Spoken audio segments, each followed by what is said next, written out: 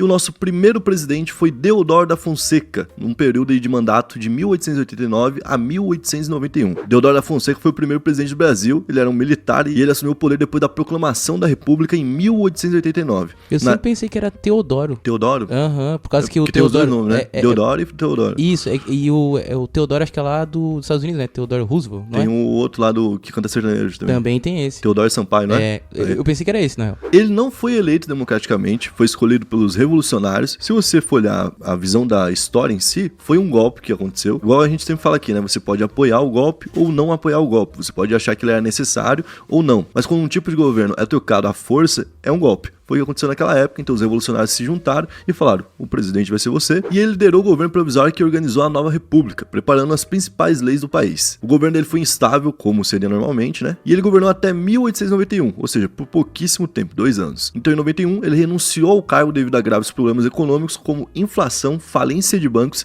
e fechamento de indústrias. Ele olhou e falou, o quê? Eu? Vou embora. Nosso segundo presidente foi Floriano Peixoto, aquele maldito que botou o nome dele em Florianópolis. Tem que lembrar disso. Sério? Sempre aí, ó. Caramba. Aí, ó. Pessoal que é catarinense igual eu, lembre-se que esse cara colocou o próprio nome dele na nossa cidade, na nossa capital, certo? Como uma forma de punição, porque não queriam ele e tudo mais. Ele falou, então o nome da cidade vai ser Florianópolis, que significa literalmente cidade do Floriano. Meu Deus. Então, o Floriano Peixoto teve um mandato aí de 1891 a 1894. Ele era conhecido como Marechal de Ferro, e junto com Deodoro da Fonseca, ele governou o país no período que é chamado de República da Espada, pois os dois eram militares. Naquela época, ele reprimiu várias revoltas populares que exigiam novas eleições, pois ele tinha assumido o cargo por ser vice-presidente do Deodoro, que tinha, né, ali aberto mão do cargo. Pô, e nessa época era mó doido, porque até a gente vai ver aqui durante o... Você vai se repetir vídeo. muitas vezes. Isso.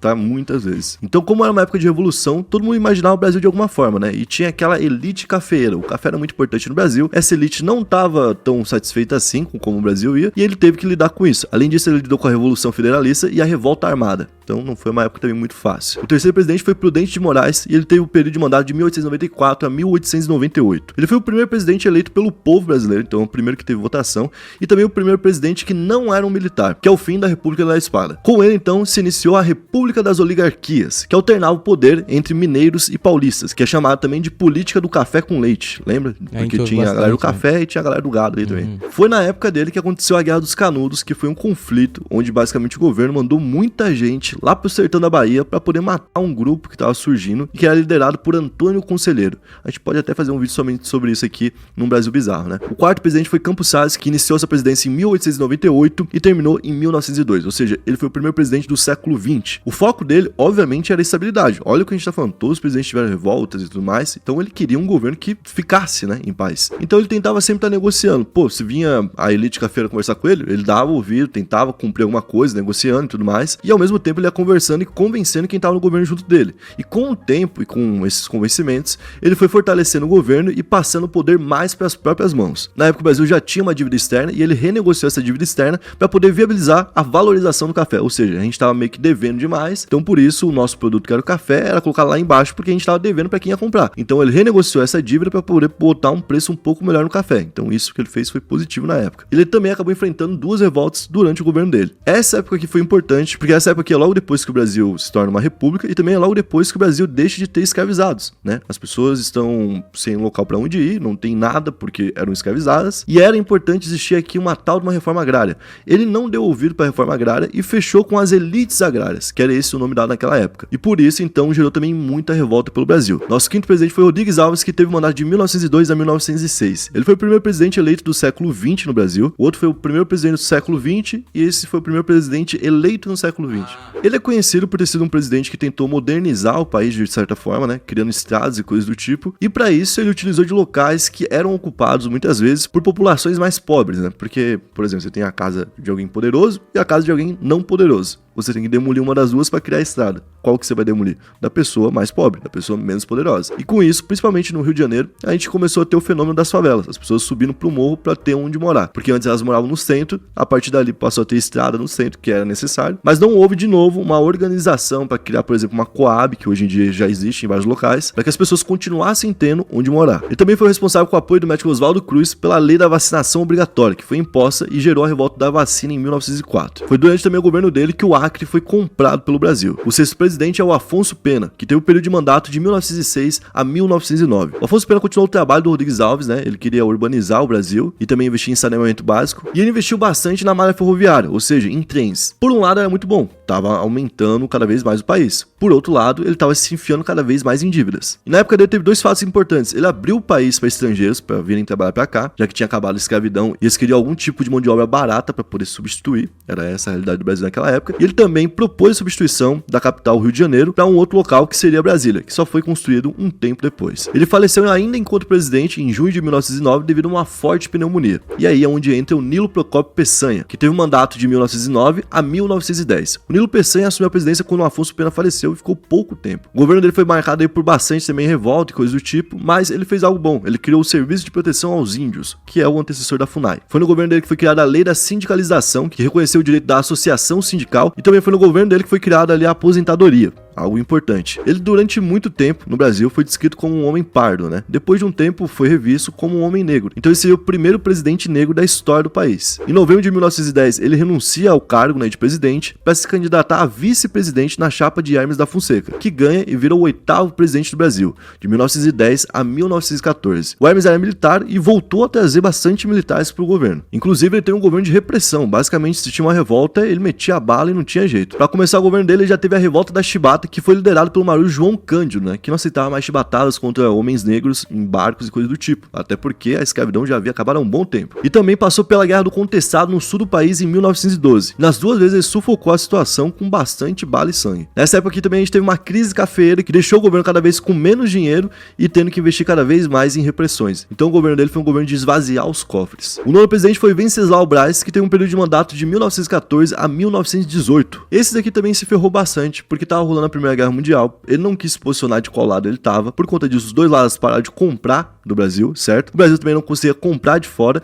e ele precisou, não é nem que ele quis, ele precisou industrializar o Brasil, porque tinha que fabricar coisas que vinham de fora e que agora não viriam mais. Também durante o governo dele a gente teve a gripe espanhola, que foi outra coisa que ajudou a ferrar o país, e durante o governo dele ocorreu a inauguração de Brasília em 1922, que era ali uma pequena cidade por enquanto, né, que só foi virar capital mesmo em 1960. Nosso 10º presidente é Delfim Moreira. O período de mandato dele é de 1918 a 1919. O Delfim Moreira foi presidente de forma interina, assumindo o lugar do Rodrigues Alves, que havia sido eleito, mas por conta da saúde dele, que não estava muito boa, por ter contraído a gripe espanhola. Olha que doideira, a gripe espanhola realmente atingiu o Brasil, um presidente nosso não pôde assumir por conta disso, e aí o vice dele acabou assumindo. Ele também acabou ficando pouco tempo no Brasil, de novo, com muita greve, muito protesto, porque ninguém aceitava o fato do vice estar no poder, né? Nosso 11º presidente foi Epitácio Pessoa, que governou de 1919 a 1922. Ele assumiu após o falecimento do Delfim, e o governo do Epitácio Pessoa foi marcado por o que chamavam de agitação social e artística. Nessa época, a gente teve em São Paulo, por exemplo, muita atividade envolvendo artes e coisas do tipo assim, e ele foi um cara que construiu bastante ali no combate contra as secas do Nordeste, né? Além de construir a Universidade do Rio de Janeiro e fazer a inauguração da primeira estação de rádio. Então, bastante coisa importante aconteceu no mandato dele. 12º é o Arthur Bernardes, que governou de 1922 a 1926. Ufa, né? Um que conseguiu ficar o tempo todo.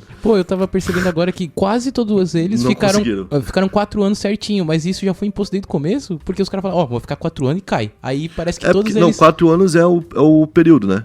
Sim. Em algum tempo foi 5 anos, mas alguns que a gente vê 3 anos, 2 anos, é por conta de cair, da morte e tal. Uhum. Esse daqui basicamente foi um governo de repressão. Vocês percebem também que os caras que centralizam o poder e que tomam pra si conseguem ficar um bom tempo no poder, justamente por serem poderosos. E durante o governo dele, o Brasil saiu da Liga das Nações, que é a antecessora da ONU. Então, tipo, era também um outro assim meio pinar das ideias, né? O 13º foi o Washington Luiz, que governou de 26 até 1930. Ele foi o último presidente da chamada República Velha. O Washington Luiz teve que enfrentar a quebra da Bolsa de Valores de Nova York, que basicamente ferrou o mundo todo. E ele também recebeu ali uma mudança importante durante o governo dele, que foi a elaboração do Código de Menores em 1926, quando criou a maioridade penal que proibiu a prisão de menores junto de adultos, o que foi importante para o Brasil se ajeitar um pouco mais. Nosso 14º presidente foi um quase presidente, foi Júlio Prestes. Ele foi eleito presidente e ele ia vir no lugar do Washington Luiz, logo em seguida, né? Mas como a gente falou, foi o fim de uma república, né? A República Velha. Então a gente teve uma revolução aqui e ele, por conta da revolução, nunca virou presidente. Então ele acabou sendo eleito em 1930 e entre 24 de outubro e 3 de novembro, ele ainda ficou ali meio que gerindo um governo provisório, só que logo em seguida já entrou o Getúlio Vargas, que foi quem fez através de um golpe essa revolução no Brasil, que é a Revolução de 30. Então o Getúlio Vargas aplicou um golpe militar e ele ficou de 30 até 45 no poder. Ficou 15 anos. Ele foi considerado um ditador por concentrar o poder nas suas mãos e reprimir a oposição, né? E ele mudou a Constituição e criou um novo Estado, chamado literalmente de Estado Novo, né? Apesar de ele ser um ditador, de ele ter tanto poder que poderia gerar mais revoltas no Brasil, né? Ele fez várias medidas para tentar conquistar ali o apoio do povo, que por muito tempo aconteceu. O Getúlio Vargas então cai em 1945 e no lugar dele é colocado José de Linhares, que fica 3 meses. Ele fica pouquíssimo tempo. Ele foi indicado pelas Forças Armadas que naquela época queriam retomar o poder justamente porque estava na mão de uma única pessoa. Um dos poucos feitos que ele tem é a convocação de novas eleições. Ele também criou o Fundo Rodoviário Nacional, que garantiu mais estradas pelo Brasil. O 16º é Eurico Gaspar Dutra, que governou de 46 a 51, durante 5 anos, na época que o mandato era de 5 anos. Dutra foi o primeiro presidente eleito em muito tempo, né? Mas ganhou porque tinha o apoio do Getúlio Vargas. O Getúlio Vargas era muito popular, então deu apoio para ele. E naquela época o Brasil era um país popular mundialmente, porque rolou a primeira Copa do Mundo pós Segunda Guerra Mundial e rolou aqui no Brasil em 1950. Nosso 17º presidente é o Getúlio Vargas, que agora numa época de eleições, de votações, ele foi eleito. O projeto dele foi voltado muito pro nacionalismo, que negócio de, sabe, tipo, Deus, pátria e tudo mais. Basicamente isso. E ele também criou grandes empresas dentro do Brasil, como a Eletrobras e a Petrobras. A história dele é muito longa, muito complexa, a gente pode fazer um dia um vídeo somente sobre ele, mas basicamente ele sofreu uma grande pressão da oposição naquela época, e durante essa pressão, o Getúlio acabou tirando a própria vida com um tiro no coração em seu quarto no dia 24 de agosto de 1954. Então, nosso 18º presidente é o Café Filho. Ele tinha sido vice-presidente e, de novo, um vice-presidente virou presidente do Brasil. Só que dessa vez ele ficou doente e ele teve que ser afastado, por isso não durou muito tempo. Ele ficou então de 54 até 55. E a gente chega no nosso 19º presidente, que ficou o menor tempo possível, até agora. Eu acho que nunca ninguém vai bater. Que é o Carlos Luiz. Ele entrou em 1955, porque o presidente Getúlio Vargas tinha tirado a própria vida, porque o vice-presidente estava doente, e ele entrou para assumir o governo de forma provisória para entregar para o próximo presidente que fosse entrar, que no caso seria o Kubitschek. Só que ele quis ficar com o governo para ele. Então, ele foi derrubado. Ele deu meio que um golpezinho e já foi derrubado logo em seguida. Ficou 3 dias como presidente do Brasil. Nossa, 3 dias. 3 dias jogado fora, né? Porque não conseguiu. Não conseguiu fazer nada. O 20º presidente foi o Nereu Ramos, que ficou de 1955 até 1956. O Nereu Ramos foi presidente durante menos de 3 meses, até a tomada de posse do Kubitschek, né? Então ele fica o finalzinho de 55. E o governo dele tava uma crise danada, porque a gente tinha em um ano ali Getúlio Vargas, Café Filho e Carlos Luiz. Então ele entrou para assumir essa bomba e já entregou na mão do Juscelino Kubitschek, que era conhecido como JK. O Kubitschek ficou de 1956 até 1961. Ele tinha um governo que tinha a proposta de evoluir 50 anos em 5. Ou seja, o Brasil chegaria nos anos 2000 antes de qualquer outro país. Foi na época dele que Brasília virou a nova capital do Brasil. E na época dele a gente teve muito investimento por aqui e por isso o PIB aumentou consideravelmente. Nosso 22º presidente é o Jânio Quadros, que governou em 1961. Essa época aqui o Brasil sofreu muito por conta de política externa. Então assim, o Kubitschek estava investindo bem, estava fazendo o Brasil ir bem, mas a gente estava tendo a Guerra Fria. E o Brasil não queria se posicionar de novo. Igual da outra vez, o Brasil pagou por isso e o Jânio Quadros, que era o presidente, foi acusado inclusive de apoiar o comunismo. Por conta disso, ele mal entrou no cargo, ficou sem apoio político e renunciou ao cargo da presidência depois de 7 meses. Nosso 23º presidente também ficou pouquíssimo tempo, que é o Ranieri Mazzilli, porque quando o Jânio Quadros renunciou o cargo dele, o vice dele, que era o João Goulart, estava viajando. Então, por conta disso, a gente teve que colocar um presidente provisório até que o nosso vice voltasse. Caramba, pra onde foi o João Goulart? O João Goulart estava passeando. Então vem nosso 24º presidente, João Goulart, de 1961 a 1964. Quando ele volta de viagem, o João Goulart, também chamado de Jango naquela época, né, assumiu a presidência. O governo dele teve apoio das classes populares, dos sindicatos e operários. Ficou conhecido também como um governo muito de esquerda para uma época onde todo mundo tentava se alinhar mais próximo dos Estados Unidos. Porque quem se alinhava mais próximo da União Soviética, que era o maior inimigo dos Estados Unidos naquela época, sofria muitas sanções. Então naquela época, temendo algum tipo de guerra e com problemas mesmo com o comunismo em si, os militares e a UDN, que é a União Democrática Nacional, se colocaram como oposição. Na época o João Goulart falava sobre distribuição de renda, reforma agrária, que a gente falou que deveria ter acontecido lá atrás, nos primeiros presidentes, né? Reforma educacional, urbana e eleitoral. Só que ele estava sofrendo uma pressão muito forte e isso acabou culminando num golpe militar. Então, tem a mudança do governo dele, onde ele é derrubado. Dizem que ele tinha fugido do Brasil, né? Foi desculpa que deram pra poder derrubar ele. Quando ele tava passeando no Rio Grande do Sul, falaram que ele tava fora do país, então ele tinha abandonado ali o cargo de presidente. E depois de perder o cargo, ele foi morar no Uruguai, onde ele ficou exilado. Agora, o 25º presidente foi o Ranieri Mazzilli, de novo. Ele passou antes ali como interino e passou em 64 de novo. Ele, de novo, ficou poucos dias na presidência até que escolhessem um novo governante. Eu acho que esse cargo deve ser mó ruim, né? Porque tu só fica ali fazendo... interino, né? mediando o governo governo, né? E só tomando só leva pomba, pau, né?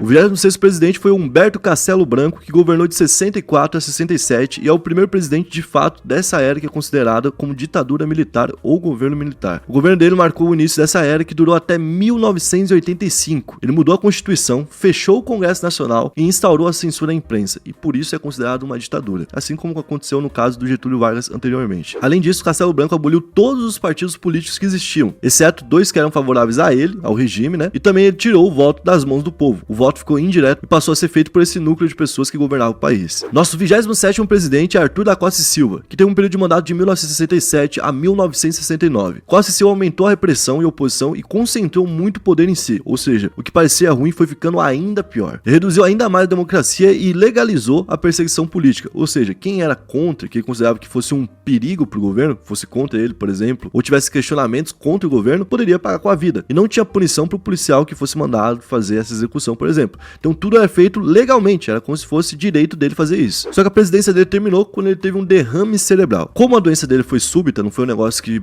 teve um processo, foi do nada, né? O governo naquela época ficou meio instável e passou por um tempo até se reorganizar e definir quem seria o novo presidente. Foi quando veio o 28º presidente, o Emílio Médici, que é o presidente Médici, que é nome de escola, praça e tudo mais, né? Coisa. Ele ficou de 1969 até 1974. Aqui a gente tem uma treta bem interessante envolvendo ele e o Pelé, porque dizem que na Copa anterior, que foi a única Copa que o Pelé foi e perdeu, ele foi pra 58 e ganhou, ele foi pra 62 e se machucou, mas ganhou porque o Garrincha jogou muito, ele foi pra 66 e não ganhou, e ele foi pra 70 e ganhou. A única que não ganhou em 66, falam, existe essa história, de que seria porque o governo daquela época era um governo militar. Se ele fosse campeão, seria utilizado como propaganda militar olha só como o Brasil melhorou, o Brasil tá até ganhando Copa do Mundo e tudo mais. Então na Copa de 70 ele nem queria estar, muito por conta desse lado político e tudo mais e por outras questões também. E ele acabou indo, foi campeão e foi campeão durante esse mandato do Médici. Durante o governo dele a gente teve um milagre brasileiro que foi baseado em empréstimos que o Brasil fez para poder se reerguer, e talvez por isso muita gente viveu aquela época e fala, pô, naquela época era bem melhor, porque foi bem justamente durante o governo dos militares que houve esse empréstimo gigante feito pelo Brasil para poder investir aqui no país. Como tinha muito dinheiro na mão, muitos projetos surgiram, como por exemplo a Transamazônica e o projeto Rondon, e o Brasil desenvolveu economicamente. O 29º presidente foi o Ernesto Geisel, de 1974 a 1979. Ele era do Partido Arena e foi eleito indiretamente em 74. O governo dele começou ali uma abertura política levemente, né, voltando ao padrão. Até nessa época alguns militares falavam que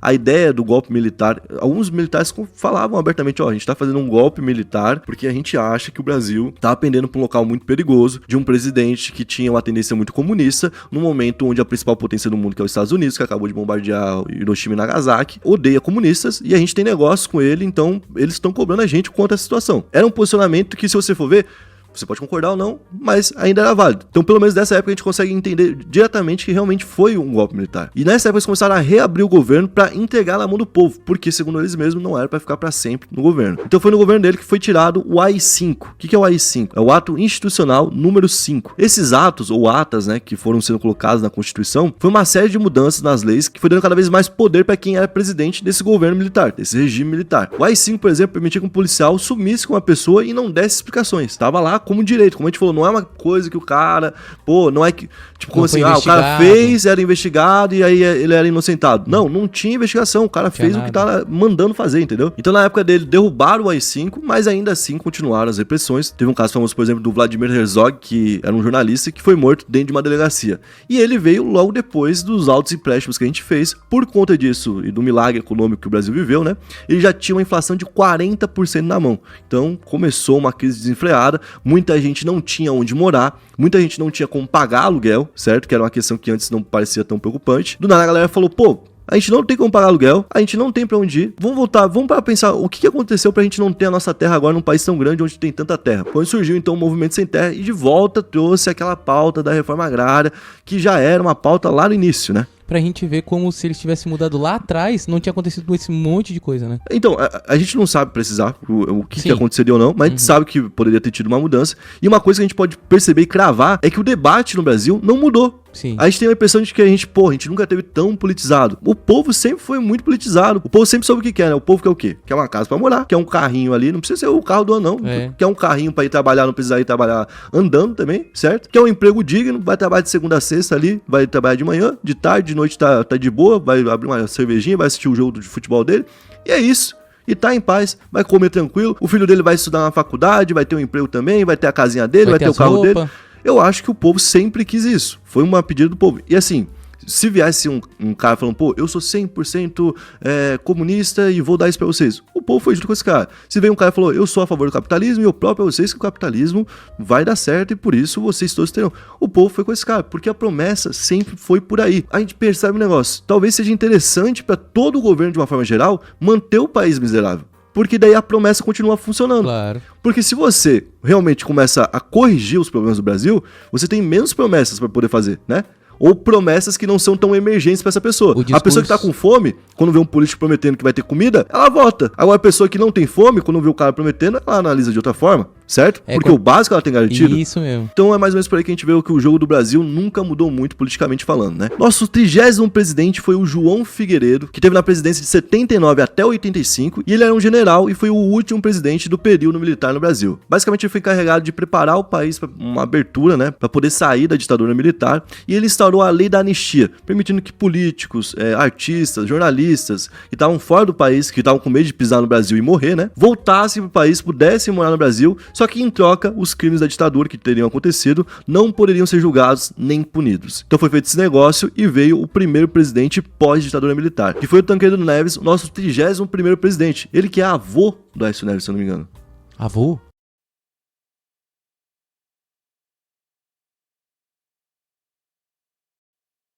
Avô do Aécio Neves. Crer. Ele ganhou a eleição de 85, mas acabou adoecendo logo depois de ganhar a eleição, que normalmente já é no final do ano, né? Que acontece a eleição, acabou ficando doente e morreu antes de tomar posse. Nossa. O vice dele, então, de novo, a gente teve um vice como presidente. O 31º presidente foi o José Sarney, que ficou de 85 até 1990. Ele é o primeiro civil a alcançar o cargo de presidente depois da era ali dos militares, e na época a gente tinha a campanha das diretas já, ou seja, pra galera poder votar diretamente e escolher quem é o presidente, não só tirar da mão dos militares, né, voltar pra mão do povo. Só que ele foi eleito de forma indireta, e continuou por um bom tempo. Ele tentou resolver o problema de economia que a gente tinha aqui no país, e ele instaurou ali o plano cruzado. Logo em seguida ele congelou preços e salários tentando manter uma economia padrão, o que acabou não dando certo, fazendo inflação e juros dispararem e o Brasil mergulhar ali numa crise cada vez maior. Nessa época também ele voltou com uma nova Assembleia Constituinte, ou seja, mudou todo o governo de fato, tirando os vários militares que estavam lá por dentro e criando métodos de eleição para a próxima eleição. Então o 32º presidente é o nosso primeiro presidente eleito diretamente pelo povo após o governo militar, só em 1990. Imagina, olha quanto tempo, mano. Cara, é pertinho, tá ligado? O nome dele é Fernando Collor de Mello, ele venceu naquela época, tá concorrendo já com Lula, que olha só, o presidente de agora já tava concorrendo naquela época também. Imagina. Você vê como os caras vão indo e voltando direto. E o foco da campanha dele basicamente era combater a inflação e a corrupção do país, que o Brasil tava com essa fama já. Então ele impôs ali o Plano Collor pra tentar combater a inflação. O que o Plano Collor fez? Basicamente ele confiscou a poupança dos brasileiros. Então tipo assim, o cara era dono de uma lanchonete. Ele tinha 10 funcionários, ou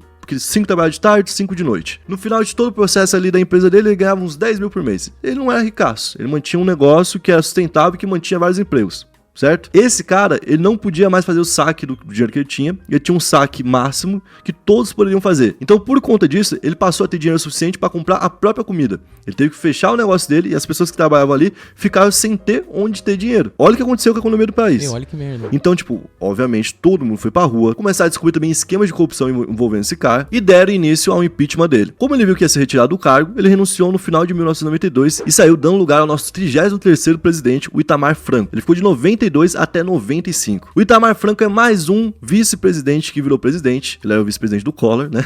Então ele entrou. Mas ele teve um ponto muito positivo aqui. Ele criou o Plano Real. Foi no governo dele que foi criado o Plano Real. Naquela época, quem criou o Plano Real, que era o ministro da Fazenda, que cuida do dinheiro do país, né? Foi o Fernando Henrique Cardoso e por isso ele virou o presidente. Caramba, mano. Nosso 34º presidente foi o Fernando Henrique Cardoso, o FHC. Ele ficou de 95 até 2002. Ou seja, ele foi o primeiro presidente desse milênio aqui no Brasil. Uma das coisas que ele foi conhecido por fazer foi privatizar algumas das empresas que pertenciam ao Brasil, como por exemplo a Vale do Rio Doce, que foi uma empresa que se mostrou muito lucrativa depois e problemática com várias tragédias que rolaram no Brasil, a Light, que é uma empresa de energia lá no Rio de Janeiro, muito grande, e outras empresas que o Brasil tinha. Ele contou também com o avanço da tecnologia nessa época, até então um telefone custava o preço de um carro, certo? E passou a baratear muito e as pessoas começaram a ter telefone em casa, o que ajudou em várias coisas. A comunicação em si fez o Brasil crescer muito, porque antes, por exemplo, uma empresa que queria negociar negociar com uma empresa de outro local, tinha que ter um fax, aí não era tão barato. Ou então precisava ter um local que você ia passar aquele tal de fax, tá? Pô, então, tipo, é um trabalho do caramba, tá? Mandar uma carta. Tipo que nem nos Ou filmes... tinha que ser muito grande pra ter um telefone, tá? Também tem que nos filmes a gente vê que o cara liga pra telefonista, pra daí telefonista... Tá? E é muito recente, cara. Você vê, é muito recente. E ele também foi o presidente que conseguiu reduzir consideravelmente o analfabetismo, né? Por conta disso, foi reeleito, ficou 8 anos no governo. Quando não podia mais ser reeleito, veio um novo presidente. O 35º presidente foi o Luiz Inácio Lula da Silva, que ficou de 2003 até 2010, até o último dia de 2010, né? Como ele herdou uma economia que estava certinha, porque talvez foi o primeiro presidente a conseguir isso, porque o Fernando Henrique Cardoso estava por dentro do governo quando foi ajeitado, depois virou presidente e entregou pro Lula com um real muito bem posicionado. Pela primeira vez a gente tinha estabilidade e ele começou a focar em programas sociais, como por exemplo o Bolsa Família, né? O governo do Lula foi muito marcado por projetos sociais, como a gente falou, como a implementação, por exemplo, de cotas raciais dentro das universidades e na criação de novas universidades. E por outro lado, o governo também foi muito marcado por investigações de corrupção, com pagamentos a deputados para garantir a aprovação de projetos. Ou seja, os deputados que votam, né, para falar se um projeto passa ou não, ganhavam uma verba para poder voltar lá pro local onde eles conseguem seus votos, a região lá onde eles conseguem, fazerem grandes projetos para conseguir uma reeleição e em troca disso eles votavam a favor do que o governo pedia. Foi nessa época que teve o famoso dinheiro na cueca? O dinheiro na cueca, o mensalão. O mensalão, verdade. E depois, no próximo governo, a gente teve o petrolão. Nosso 36º presidente foi uma mulher, a Dilma Rousseff, que governou de 2011 a 2016. Quando ela chegou no Brasil, o Brasil tinha se tornado um país popular, vinha de uma fase de governos que tinham sido mais aceitos lá fora. O Brasil já não tinha problemas como antes, por exemplo, de Guerra Fria, de ter que se posicionar de um lado ou de outro e tudo mais. Então o Brasil fazia acordo com todo mundo, negócio com todo mundo, e com isso a nossa economia cresceu muito. E ela continuou muito ali também o governo do Lula, por se tratar de uma pessoa do mesmo partido. Durante o governo dela, a gente teve momentos marcantes no Brasil, como a Copa do Mundo em 2014 e as Olimpíadas de 2016, mas a gente teve também uma oposição muito grande, justamente pelo período que o partido, que era o PT, né, estava no poder. E vai lembrar que em 2014, ela foi eleita contra o Aécio Neves, né, que é o neto do Tancredo Neves, por pouquíssima diferença de votos. Naquela época, o Brasil já estava dividido. Foi logo depois do início daqueles protestos de 2013 que mudaram o Brasil para sempre. Então, com metade do Brasil querendo que ela caísse, o impeachment foi passado e em 2016 ela saiu do poder. Nosso 37º presidente então foi o Michel Temer, que ficou de 2016 até o final de 2018. Mais uma vez, um vice-presidente assumiu o cargo porque o presidente já não podia mais ocupar. Dentre as ações mais importantes do governo do Temer, está ali a aprovação da reforma trabalhista, ou da CLT, e também o projeto de lei da terceirização, que liberou terceirizar todas as atividades dentro de uma empresa, além da PEC do teto, que congelou os gastos públicos por 20 anos. O 38º presidente foi o Jair Bolsonaro. Chega a ser engraçado porque 38 é revólver, né? É verdade.